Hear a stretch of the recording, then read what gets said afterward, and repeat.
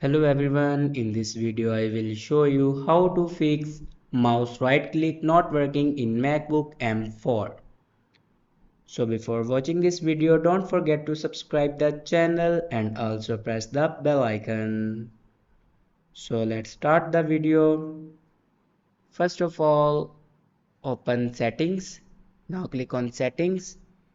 In settings, scroll down and here you can see the option mouse. Now click on mouse.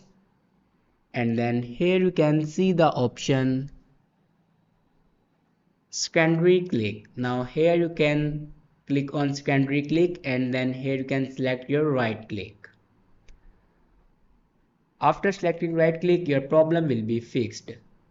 Thanks for watching this video.